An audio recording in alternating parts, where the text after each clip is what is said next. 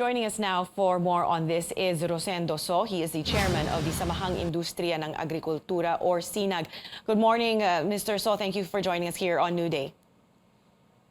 Ria, morning. Good morning. So after the first cabinet meeting yesterday, President Ferdinand Marcos Jr. did say that there's no need to import more rice and corn, but there is a need to import more pork and chicken due to supply issues. What are your thoughts on this, sir?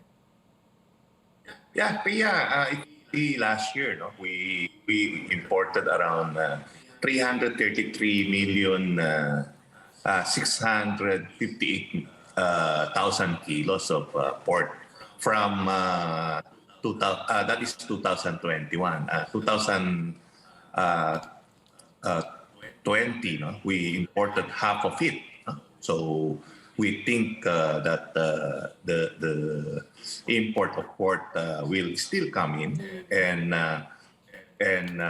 for chicken also, the increase of import has also increased for 2021. It reached around 343 million kilos. So for this year, also see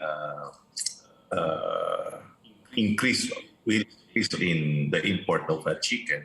But the president said that it will prioritize the local industry. So we are hoping that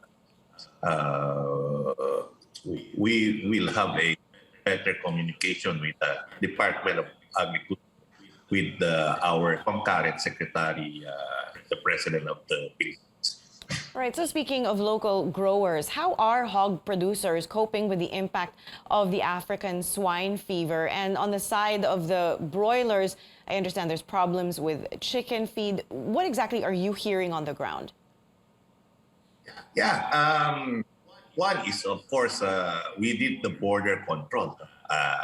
We are telling the government past 3 years already that our import border biosecurity should be in place.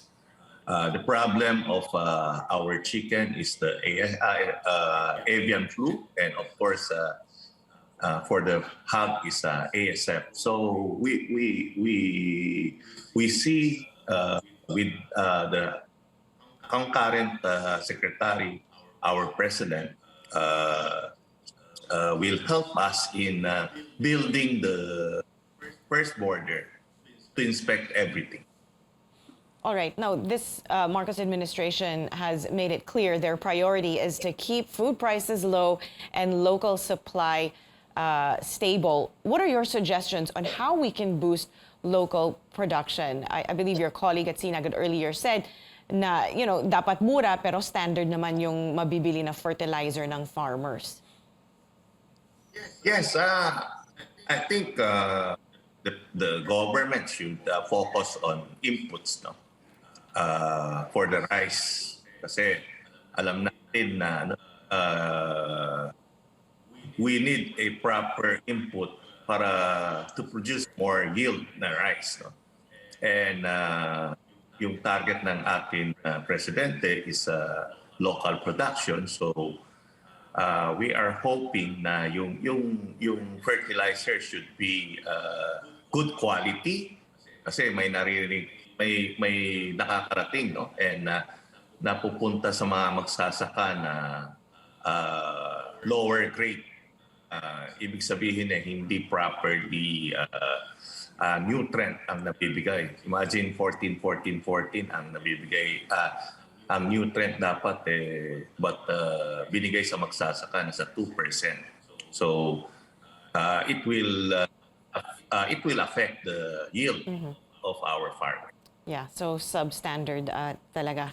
Sir, thank you so much for your time this morning. We do appreciate it. That was SINAG Chairman Rosendo.